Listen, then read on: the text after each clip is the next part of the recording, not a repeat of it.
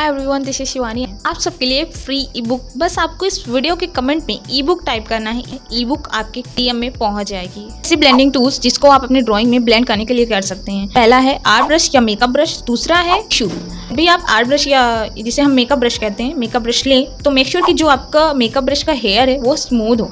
And जो tissue आप लो, अलग टाइप्स के आते हैं टिश्यू, जो भी आप टिश्यू लो मेक श्योर कि वो स्मूथ हो, स्मूथ टेक्सचर का टिश्यू हो, देन ही आप उसको अपनी ब्लेंडिंग के लिए यूज़। सो जो स्मूथ टेक्सचर होता है उसमें हमारी पेंसिल बहुत लाइट चलती है। जो रफ यानी कि टेक्सचर जिसमें ग्रेन्स होते हैं वो पेपर होता है, उसमें हमारी पेंसिल बहुत डार्क चलती है। तो अगर हमें डार्क शेड की ड्राइंग करनी है तो हमें ग्रेन्स वाले पेपर का यूज़ करना है। अगर हमें बहुत लाइट ड्राइंग करनी है तो हम स्मूथ टेक्सचर के पेपर को ले सकते हैं। स्कूल में जो हम नोटबुक्स यूज़ करते हैं 70-75 GSM का होता है, उसमें भी हम ज़्यादा डिटेल्स नहीं करते। अगर वाटर कलर करना है तो बहुत मुश्किल होता है उसमें कर पाना।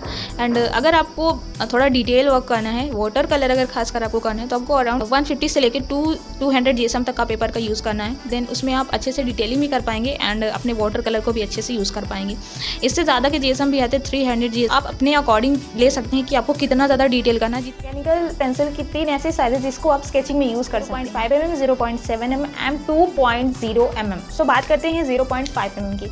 तो 0.5 mm this is the most popular size for writing and technical drawings and ये बहुत स्ट्रॉन्ग लाइन देता है। 0.7 mm ये स्केचिंग के लिए बहुत अच्छे होते हैं। 2.0 mm दे प्रोड्यूस्ड थिक लाइंस जो कि बड़े एरियाज को कवर करने के लिए बहुत अच्छा होता है। फॉर एग्जांपल अगर आप एक स्केच कर रहे हैं एंड बड़ा सा एरिया है तो आप 2.0 mm की पेंसिल से भर सकते हैं जल्दी से। एक चीज़ और, जब भी आप जिस साइज़ की पेंसिल लेते हैं उसी साइज़ की आपको लीड भी मिलती है। फॉर एग्जाम्पल ये 0.7 mm की पेंसिल है एंड इसकी जो लीड है वो भी 0.7 mm की ही है।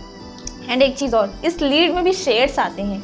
ये जो शेड है ये HB शेड है, 0.7 mm की लीड है एंड इसमें HB शेड है।